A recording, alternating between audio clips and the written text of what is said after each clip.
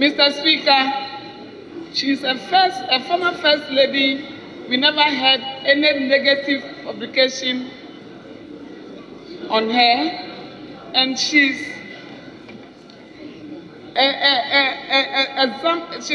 somebody we need to learn a lot, especially incoming First Ladies and First Ladies we've had. She was a former First Lady before she passed on, but you never hear her making unnecessary arguments. Mr. Speaker, we love her, but God loves us most. As current First Ladies and incoming First Ladies will learn from her. So simple woman. She was showing example of how we should live. She never do a lot of makeups when you see her in programs. Mr. Speaker, that's the fact and it's the truth. She has been there for everyone to learn from. We love her, but God loves her most.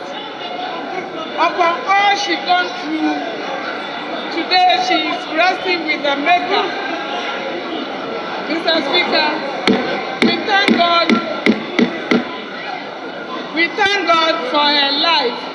Honorable Member, and we thank the family for giving us such a wonderful First Lady. 3 minutes. And her soul rest in perfect peace. And one of the important reasons why President Kufuor got to where he was because he had a life partner that was supportive and understanding and cheered him on to the presidency. That was really the case. And so it was really a life partner that really impacted me. He was a mother, as has been described, with 5 children, who impacted their lives and made a lot of difference in so many other lives. And I think that if we describe the impact he had on so many people, we will have the whole day here. As First Lady, as we've all been told, she was so gracious and dedicated to her duties as First Lady. Her charity work across the country is well noted, and she did the work with grace and brought everybody together. And that is why you hear across the country the sense that this was a uniter, a mother indeed. So, Speaker, at this time of grief, we must extend our deepest condolence to the family who are supposed to come to this world and dedicate ourselves to serving our God, which she did. Serve our family and our country graciously. Madam Teresa Kufuor indeed did all of that and excelled in all of that. And so at this time of grief, she has done a good work. She has finished her race and deserves God's rest. Mr. Speaker, Mrs. Kufuor was steadfast in her prayers when times got tough. So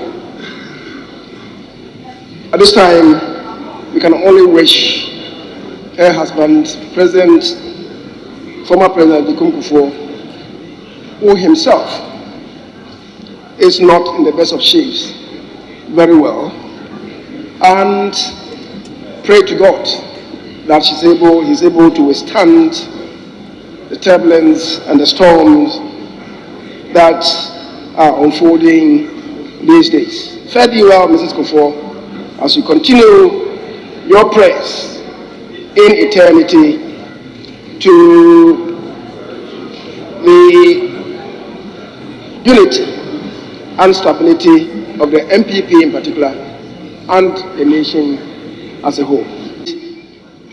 First Lady, as we have been told, was a very humane, just, compassionate, democratic, and comfortable, I should say comforting woman, mother, and wife. She was actually a candidate for sisterhood in the Catholic Church.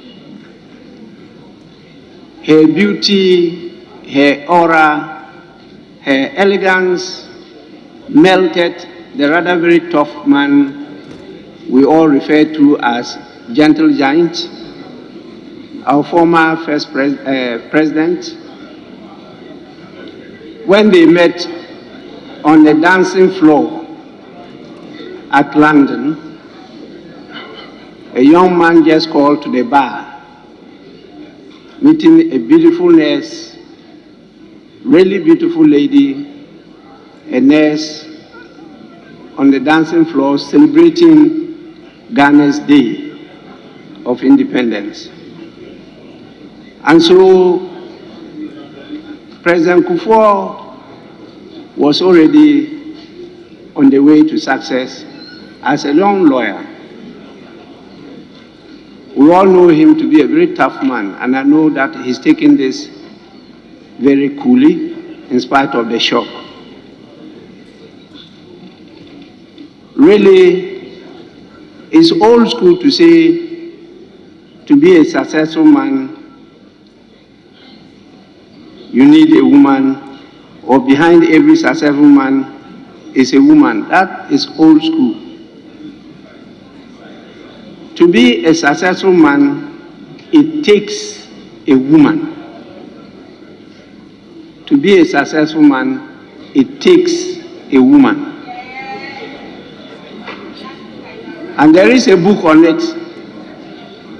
It's homework for you. Go and look for that book and read. It takes a woman. It's with this, I want to employ all of you for us to stand up to give her a minute's silence.